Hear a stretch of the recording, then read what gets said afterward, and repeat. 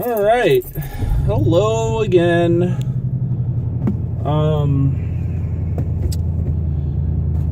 I forgot to upload and delete my last videos off of my card, so I better make this a quick one. Today, a person just before coming home smoking his e-cigarette before, or not before, but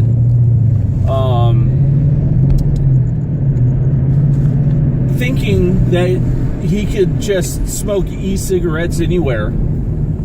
It's still illegal in Arizona, at least, to smoke e-cigarettes in non-smoking areas.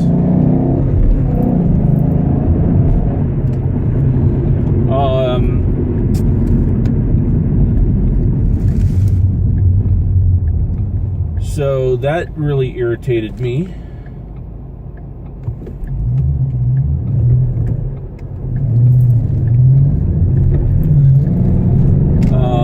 I didn't say anything to him, but I did gesture that he needed to not smoke that thing around me by waving my hand in front of my face as if I was trying to blow the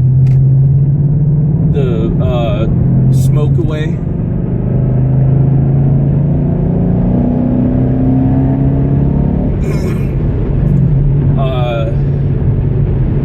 So yeah, it's people think that e-cigarettes are different, and they're not.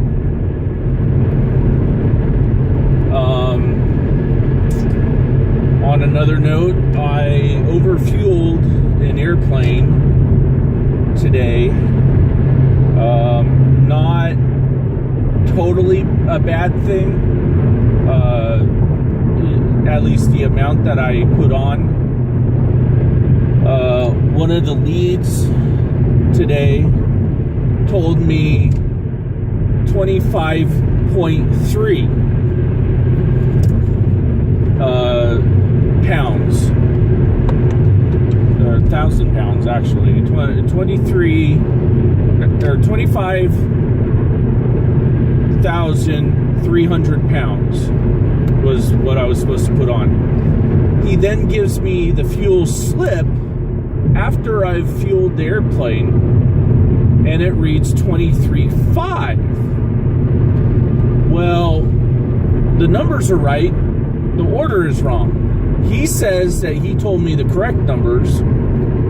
I told him that he told me the wrong numbers. Either way, somebody screwed up somewhere, but it wasn't a total loss. It wasn't a total screw up.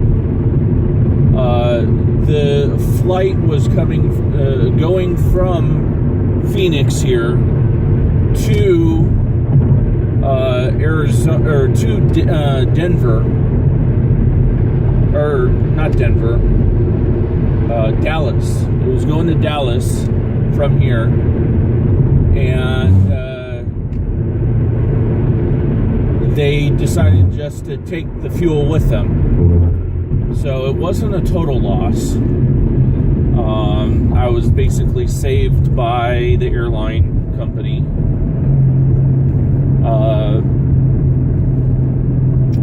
But that same flight, I forgot to write down the starting fuel load, or the fuel on board when you start, which is necessary.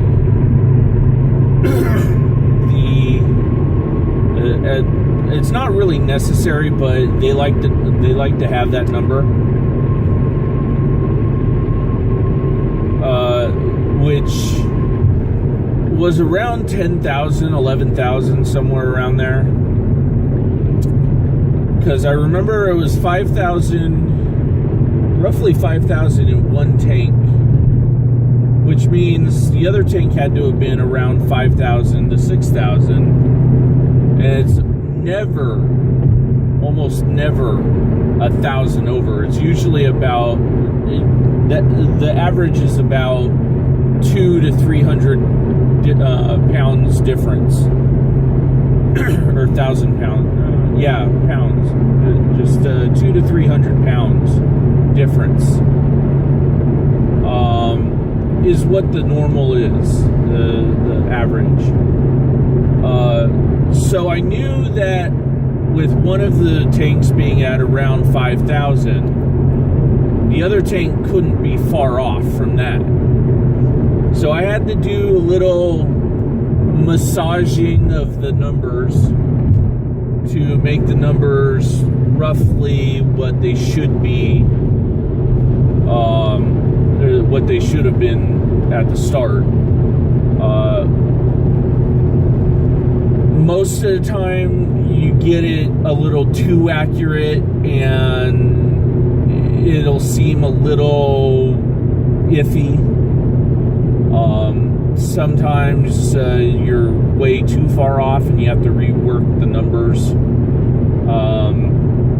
I had done that initially. I wrote down the wrong numbers initially, and then I redid the math later after that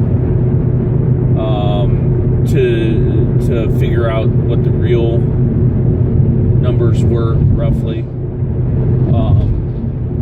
And in order to do that, for anybody else that fuels airplanes, if you forget to do the starting numbers, this is the way you figure it out.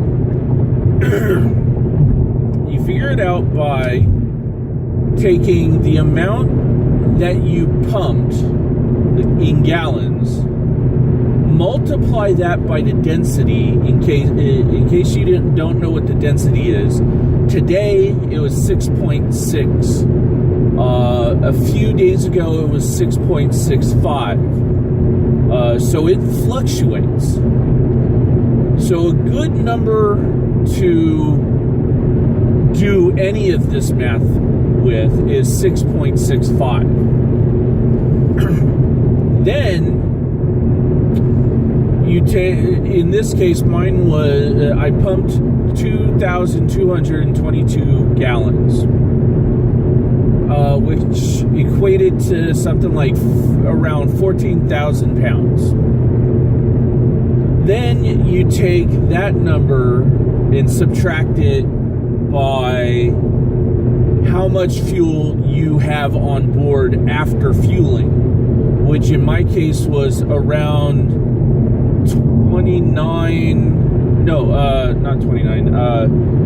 24,960.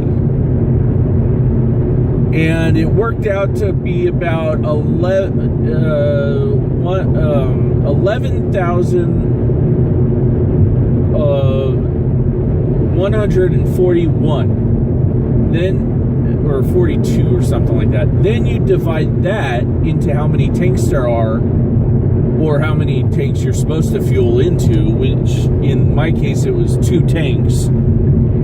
So you divide that number into 2, which gives you about 5,000 some odd pounds. Now what I do is, knowing that the aircraft comes in usually between 100 and 500 pounds difference in wings, what I do is the wing that's usually the lower wing, the lower amount, in this case I put 5,000 in the one wing.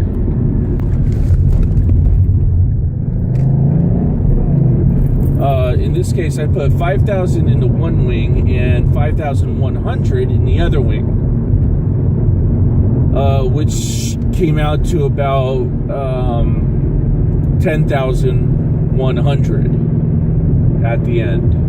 And then I worked the numbers from there, and the amount that came out after that was about 2253, I believe. in gallons is the amount that should be what the meter says, but the meter and the actual amount that I just said rarely, once in a blue moon, I would even say, actually match up. Usually there's about 10 to 70 gallon difference between those two numbers. So I hit it right about 50. So in all day, I was pumping gas at that amount. Oops, I actually missed my parking spot.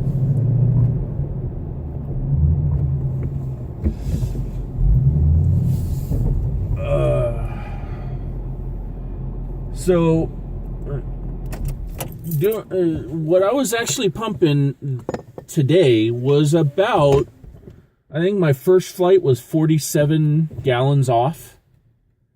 The second flight, I believe, was 30 something. And so on and so forth. So I hit, and on that particular pump, other people have been hitting about 73, or about the 70s. So my 50, my 30-something difference in gallons is actually normal. So if I ever get called into question about that, then, I could say, well, that's normal. Really. But just got to work those numbers. If you forget to do that, that's probably I think that's the second time I forgot to write down the numbers since I started. But that doesn't happen very often. Because usually before you hook up everything, you usually write down the numbers first. And that's why you forget, is because usually when you write down the numbers first, usually you go through the routine and all that stuff, and then you don't have a fuel load to write stuff down on. And you go and look and you go, okay, I'll remember that. And then you forget it. Instead of writing it down on a scratch piece of paper or something. Other than that, day was pretty good. I told the lead that was calling me Bobby Boucher to stop calling me that, and he said okay. He can try to find me a different nickname, but I've already got one lead calling me Dragon, so because that's a lot easier than saying Clayton for some reason. But yeah, that's pretty much it. I'll see you guys next time.